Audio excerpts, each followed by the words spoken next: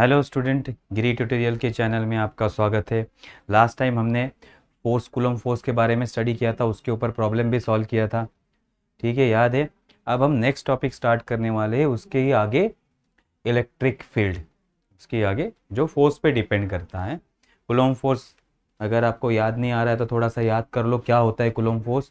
अगर दो चार्ज अगर हम डिस्टेंस r पे रख दे तो ये एक दूसरे को अट्रैक्ट करेंगे या रिपेल करेंगे, उसके लिए ये फोर्स अप्लाई करेंगे। That force F is equal to 1/4πε0 Q1 Q2 upon R square, ये कूलम फोर्स होता है, ये हमने स्टडी किया था। तो अब नेक्स्ट टॉपिक हम स्टार्ट करने वाले हैं इलेक्ट्रिक फील्ड। कौन सा? Electric field. सपोज हमने एक चार्ज ले लिया, plus Q charge, plus Q charge, और उसको हमने रख दिया एनी स्पेस में, किसी भी स्पेस में रख दिया। अब इस स्पेस में रख दिया तो क्या होगा, इसके सराउंडिंग वाला जो स्पेस होगा, उसके सराउंडिंग वाला जो स्पेस होगा वो मॉडिफाई होगा। वो क्या होगा? मॉडिफाई होगा।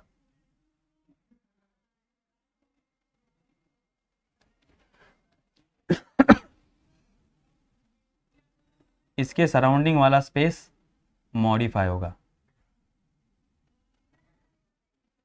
अब ये स्पेस मॉडिफाई हो गया, इसके सराउंडिंग वाला, ये सर्कल में दिख रहा है, ये स्पेस क्या हो गया? मॉडिफाई हो गया। मॉडिफाई हो गया मीन्स क्या हो गया? एक चार्ज रखा है तो उसके सराउंडिंग वाला स्पेस मॉडिफाई हो गया। मॉडिफाई हो गया मीन्स अगर मैं यहाँ दूसरा चार्ज लेके आता हूँ, अगर मैं यहाँ दूसरा चार्ज, सपोज एक टेस्ट चार्ज लेके आया, plus Q, plus Q zero, ये चार्ज, अब ये चार्ज क्या करेगा? इसको अपोज करेगा, क्योंकि ये उसके एरिया में आ गया, इस चार्ज के एरिया में आ गया, जहां भी उसने स्पेस मॉडिफाई किया था। मीन्स ये अब इस चार्ज का एरिया, पॉजिटिव या कैपिटल क्यू चार्ज का ये एरिया, उसमें अगर दूसरा पॉजिटिव चार्ज आ गया तो क्या करेगा? ये इसको अपोज करेगा या धक्के मार के बाहर निकाल देगा। मीन्स इसके ऊपर क्या अप्लाई करेगा? Force, that is repulsive force, और ये चार्ज को बाहर भेज देगा। चार्ज को क्या करेगा? बाहर भेज देगा। और उसके अपोजिट में अगर निगेटिव चार्ज आ गया तो ये क्या करेगा? इसको अट्रैक्ट करेगा, मीन्स अट्रैक्टिव फोर्स अप्लाई करेगा। तो अब एक चार्ज स्पेस में रखने से उसका सराउंडिंग क्या हो जाता है? मॉडिफाई होता है। कैसे मॉडिफाई होता है? अगर दूसरा चार्ज आता है, अगर सिमिलर चार्ज है तो ये अपोज करेगा, और अगर अनलाइक चार्ज है तो ये अट्रैक्ट करेगा। This much space, this much space is known as a electric field. इस स्पेस को हम क्या कहते हैं? Electric field. अब उसके लिए दूसरा चार्ज आना जरूरी नहीं है। सपोज आपने यहां एक चार्ज रख दिया तो यहां भी सराउंडिंग में स्पेस मॉडिफाई हो जाएगा, यहाँ भी सराउंडिंग में स्पेस मॉडिफाई हो जाएगा, दूसरा चार्ज आने की जरूरत नहीं। लेकिन हमें कैसे पता चलेगा कि यहाँ इलेक्ट्रिक फील्ड है कि नहीं? हमें स्टडी करने के लिए हम दूसरा चार्ज लेके आते। हाँ भाई, आ गया यहाँ दूसरा चार्ज, अब ये रिपेल कर रहा है, मीन्स यहाँ इलेक्ट्रिक फील्ड है। अगर यहाँ मैंने चार्ज रख दिया, हाँ ये रिपेल नहीं कर रहा है, मीन्स यहाँ इलेक्ट्रिक फील्ड नहीं है, तो ये हमारे लिए है। लेकिन ये हो ना हो, मीन्स ये छोटा चार्ज, टेस्ट चार्ज यहाँ प्रेजेंट हो कि ना हो, लेकिन इस चार्ज की वजह से इलेक्ट्रिक फील्ड सराउंडिंग में रहेगा ही।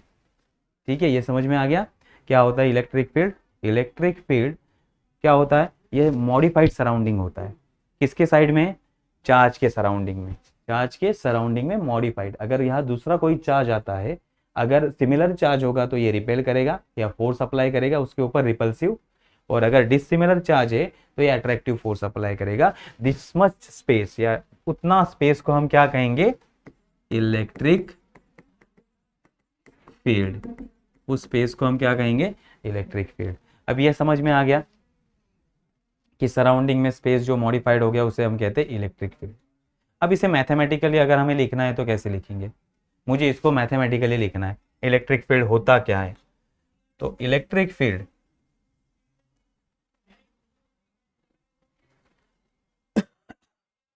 अब हमारा इलेक्ट्रिक फील्ड क्या रहेगा कि अगर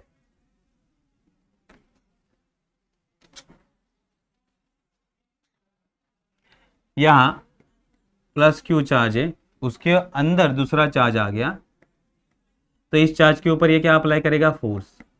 फोर्स पर यूनिट चार्ज, एक यूनिट चार्ज पे कितना फोर्स अप्लाई हो रहा है इस सराउंडिंग में, that is known as a electric field.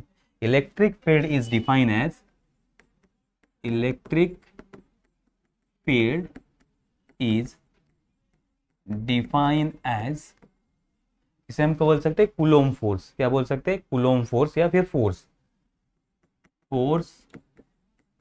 पर unit charge, per unit charge. इसे हम क्या कहेंगे, electric field. Electric field is defined as force per unit charge. Force कौन सा, दो चार्ज के बीच का फोर्स, जिसे हम कहते हैं कूलोम फोर्स। तो फोर्स कौन सा होगा, देन फोर्स कैसे लिखेंगे हम, force is equal to F is equal to 1/4πε0 positive Q into Q zero divided by, अगर इन दोनों में डिस्टेंस कितना है आर, तो हम लिखेंगे आर स्क्वेयर। और वेक्टर फॉर्म में लिखना है तो यूनिट वेक्टर आएगा in the direction of R और डायरेक्शन ऑफ फोर्स। तो ये हो गया हमारा फोर्स। अब फोर्स कितने, कौन से चार्ज पे अप्लाई कर रहा है, Q0 पे।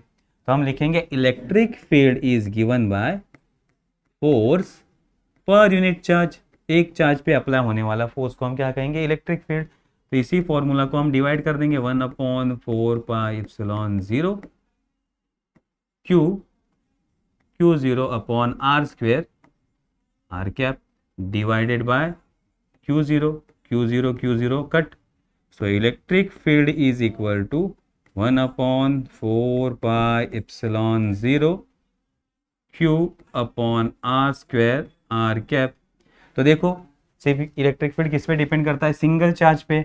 किस पे डिपेंड करता है, सिंगल चार्ज की। इसके फॉर्मूला में दूसरा कोई चार्ज प्रेजेंट नहीं है, तो इलेक्ट्रिक फील्ड सिंगल चार्ज पे डिपेंड करता है। तो उस चार्ज का जो सराउंडिंग होगा, जो मॉडिफाइड हुआ है, उसको हम क्या कहेंगे, इलेक्ट्रिक फील्ड। इलेक्ट्रिक फील्ड समझ में आ गया।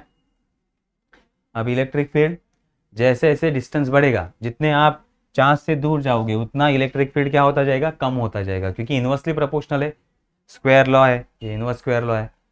और अगर हम नज़दीक आएंगे तो इलेक्ट्रिक फील्ड स्ट्रांग होता जाएगा। जितने चार्ज के नज़दीक आओगे उतना इलेक्ट्रिक फील्ड स्ट्रांग, जितना दूर जाओगे उतना इलेक्ट्रिक फील्ड वीक, क्योंकि यहाँ it is inversely proportional to R square है, inversely proportional to R square. तो ये समझ में आ गया इलेक्ट्रिक फील्ड होता क्या है। अब आते हैं, ये स्केलर क्वांटिटी है, वेक्टर, ऑलरेडी मैंने यहाँ वेक्टर ड्रॉ किया है, तो ये वेक्टर क्वांटिटी है। Electric field is vector quantity. तो इसको डायरेक्शन होगा, तो जो फोर्स का डायरेक्शन होगा, वही इलेक्ट्रिक फील्ड का डायरेक्शन होगा। ठीक है, सो डायरेक्शन, जो फोर्स का डायरेक्शन होगा वही इलेक्ट्रिक फील्ड का डायरेक्शन होगा। जिस डायरेक्शन में फोर्स अप्लाई होगा उस डायरेक्शन में इलेक्ट्रिक फील्ड होगा। ठीक है, ये समझ में आ गया। देन अब आते हैं इसके एसआई यूनिट पे, इस पे आते हैं एसआई यूनिट। एसआई यूनिट देखो फॉर्मूला क्या कहता है, force per unit charge. Force का यूनिट न्यूटन और चार्ज का न्यूटन पर कूलोम, या इसे हम लिखेंगे न्यूटन पर कूलोम। ठीक है, ये होगा हमारे इलेक्ट्रिक फील्ड का यूनिट। दूसरा भी एक यूनिट है, और दूसरा यूनिट है वोल्ट पर मीटर। दूसरा यूनिट कौन सा है, वोल्ट पर मीटर। ये यूनिट कैसे आएंगे हम बाद में स्टडी करने वाले। तो दो यूनिट है, न्यूटन पर कूलोम या वोल्ट पर मीटर। यहाँ तक समझ में आ गया। अब आते हैं थोड़ा सा डायमेंशन फाइंड करते हैं इसका। देखो इलेक्ट्रिक फील्ड का formula E is equal to F upon Q. तो अब E का हमें डायमेंशन फाइंड आउट करना है। कैसे फाइंड करेंगे, dimension of force divided bye dimension of charge. Q0 कहो तो Q0। ओके, फोर्स का डायमेंशन क्या होता है, याद करो।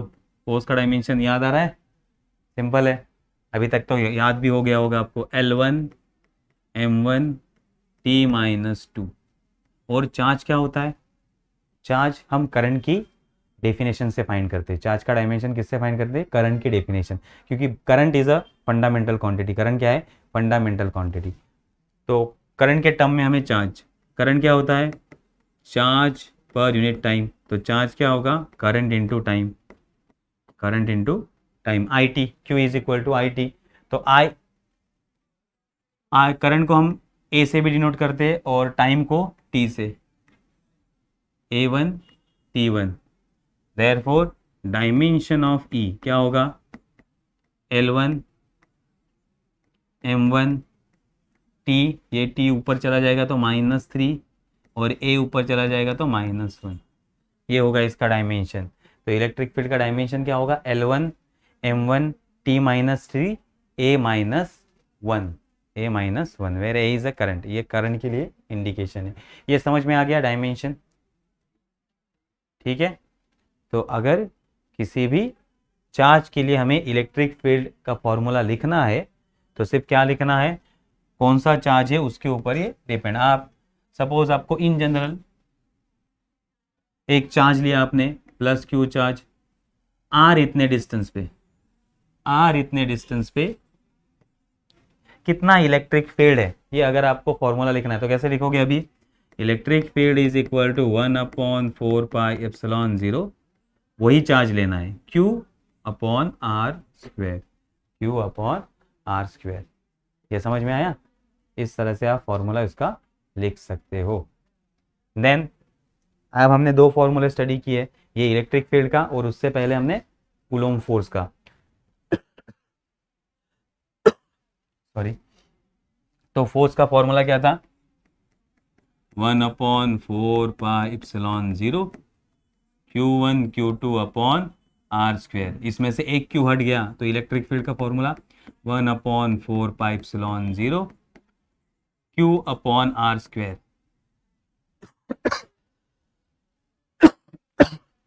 सॉरी, तो इलेक्ट्रिक फील्ड में एक Q कम होता है, याद रखना है। बाकी दोनों फॉर्मूले सेम, यहाँ भी force is inversely proportional to r² and यहाँ E is also inversely proportional to r²।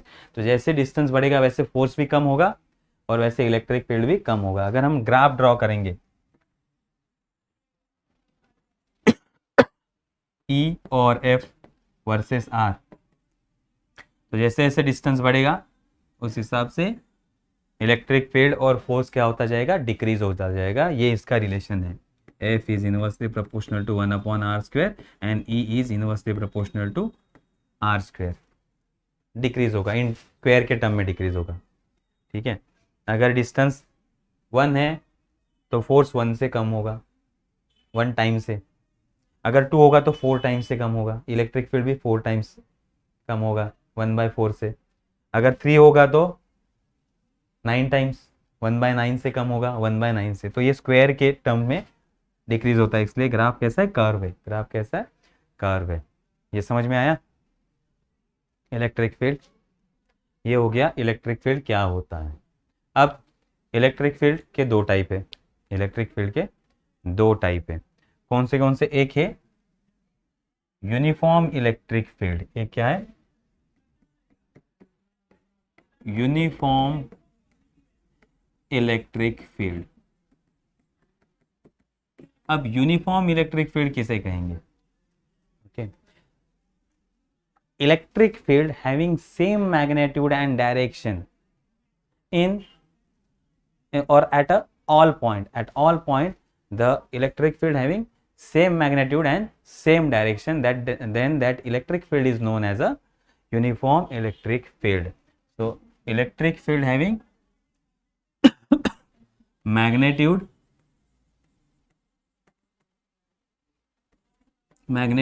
and direction same at all points, then it is known as a uniform electric field. Example, electric field between two parallel plates, electric field between two parallel plates। Suppose हम दो plate लेते हैं, एक plate हमारा positive है, एक plate positive है और दूसरा प्लेट हमारा निगेटिव है, दूसरा प्लेट निगेटिव है। एक प्लेट हमारा क्या है, पॉजिटिव और एक प्लेट नेगेटिव है। तो इसके बीच में इलेक्ट्रिक फील्ड बनेगा, इसके बीच में इलेक्ट्रिक फील्ड बनेगा फ्रॉम पॉजिटिव टू नेगेटिव। इसके बीच में क्या बनेगा, electric field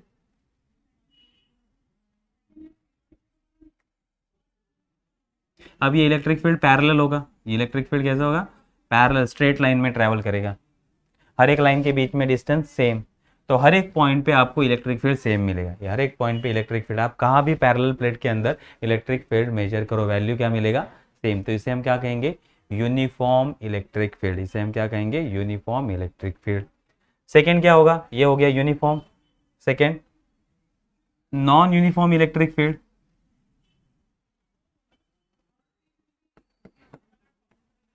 non uniform electric field, इसके अपोज में, इसमें मैग्नेट्यूड एंड डायरेक्शन सेम थे, अब इसमें मैग्नेट्यूड एंड डायरेक्शन दोनों भी सेम नहीं होंगे। ओके, मैग्नेट्यूड मैग्नेट्यूड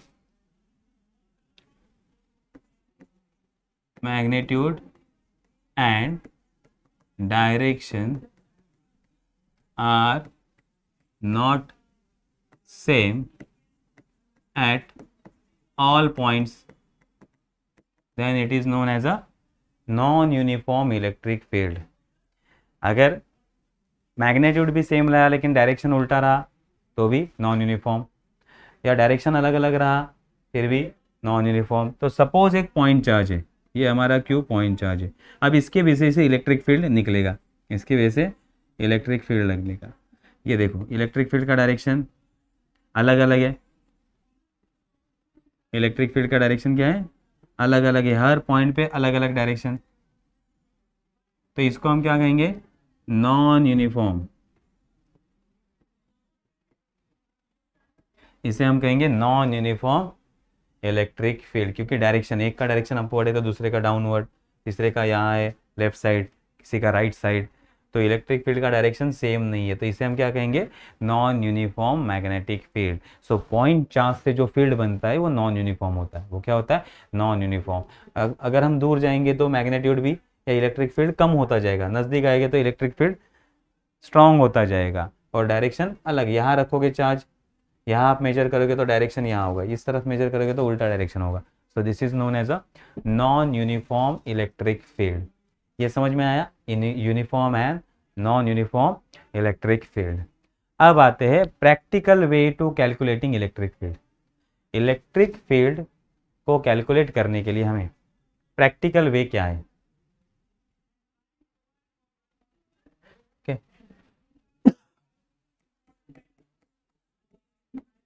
प्रैक्टिकल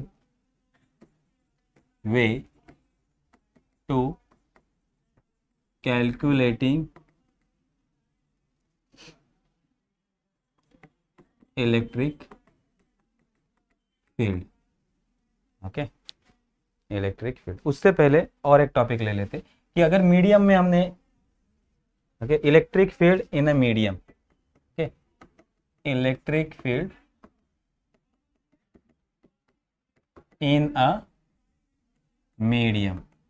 तो मीडियम, अभी तक हम स्पेस वैक्यूम के लिए स्टडी कर रहे थे, अगर किसी मीडियम में हमने चार्ज रखा तो क्या होगा। So consider a medium, consider a medium of dielectric constant,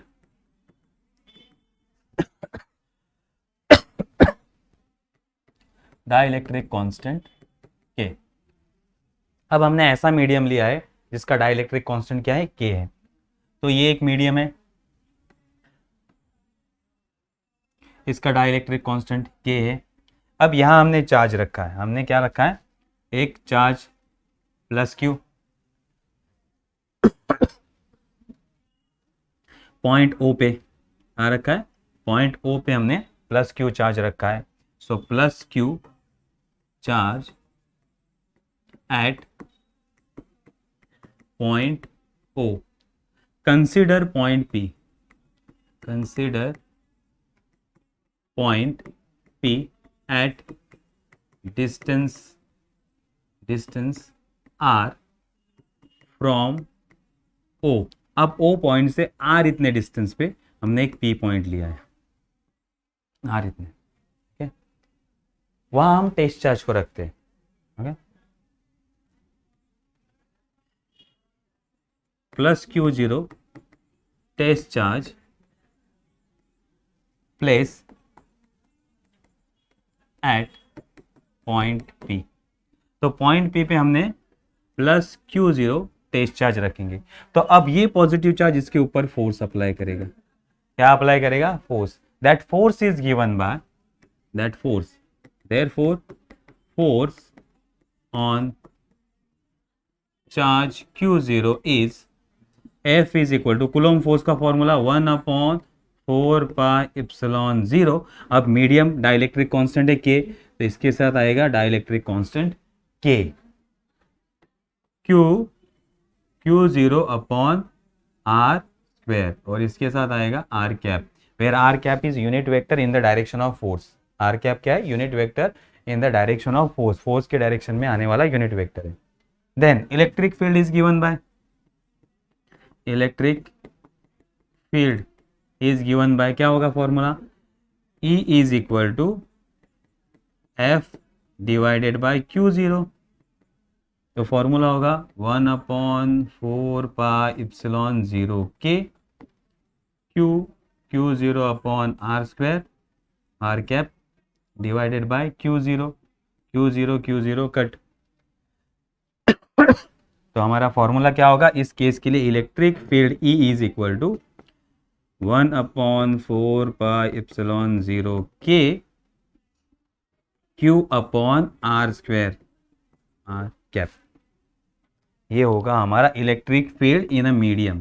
तो मीडियम होगा तो सिर्फ डाइलेक्ट्रिक कांस्टेंट टर्म एडअप हो जाएगा, डाइलेक्ट्रिक कांस्टेंट टर्म एडअप हो जाएगा। फॉर वैक्यूम और एयर, फॉर वैक्यूम और air K is equal to 1 consider करते हैं। तो वैक्यूम और एयर के लिए फॉर्मूला क्या होगा? Electric field is equal to 1/4πε0 Q upon R square, same formula.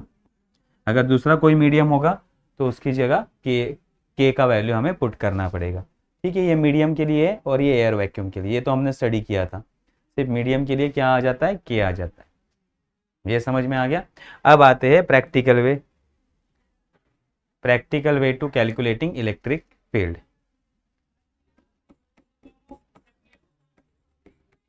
Practical way to calculating electric field. अब इलेक्ट्रिक फील्ड का यूनिट, दूसरा यूनिट या कैसे कैलकुलेट किया जाता है वो हम देखते हैं। अब हमारे पास दो प्लेट्स है, अब हमारे पास क्या है? दो पैरेलल प्लेट है।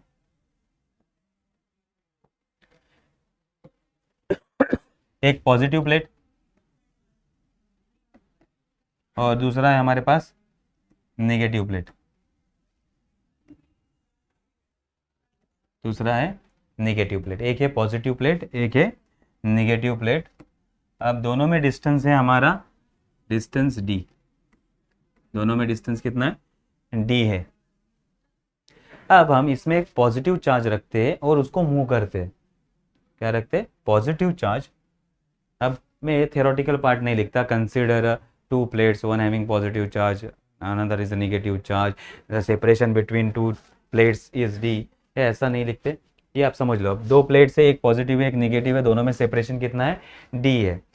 अब इन दोनों का पोटेंशियल डिफरेंस है v, पोटेंशियल डिफरेंस कितना है? v, v is a potential difference between two plate, क्योंकि एक पॉजिटिव है एक नेगेटिव है। अब अगर मैं यहाँ से पॉजिटिव चार्ज को मूव करता हूँ from negative plate to positive plate, कहाँ मूव कर रहा हूँ? Negative plate to positive plate. किसको मूव कर रहा हूँ? पॉजिटिव चार्ज को। चार्ज पॉजिटिव है और मैं जा कहाँ रहा हूँ? पॉजिटिव की तरफ। तो ये नेगेटिव मुझे अट्रैक्ट करेगा और पॉजिटिव मुझे रिपेल करेगा। फिर भी ये मुझे अट्रैक्ट कर रहा है और ये रिपेल कर रहा है, फिर भी मैं इसके ऊपर फोर्स लगा के वहां पहुंच जाऊंगा, उस तरफ जाऊंगा। तो वहां जाने के लिए मुझे क्या करना पड़ेगा? वहां जाने के लिए मुझे क्या करना पड़ेगा? Work done. क्या करना पड़ेगा? Work done. तो अगर चार्ज को मैं पकड़ के फोर्स लगा के यहां लेके आया तो मुझे कितना वर्क डन करना पड़ेगा? Work done is nothing but a force into displacement. कितना डिस्टेंस डिस्प्लेसमेंट किया? Force into displacement D, F into D, F into D. ये समझ में आया? ये आ गया हमारा एक फॉर्मूला। दूसरा एक फॉर्मूला हमने स्टडी किया था वर्क डन का, या आपको है वर्क डन का फॉर्मूला कि work done is nothing but potential into charge, potential into charge, ये भी एक फॉर्मूला होता है वर्क डन का, याद रखो। अब दो प्लेट में पोटेंशियल कितना है V और चार्ज कितना मूव कर रहे हैं हम Q, तो वर्क डन क्या होगा VQ। अब दोनों भी हमें वर्क डन दे रहे हैं, दोनों भी हमें क्या दे रहे हैं वर्क डन, तो दोनों को कंपेयर करते हैं। FD is equal to VQ from equation 1 and 2,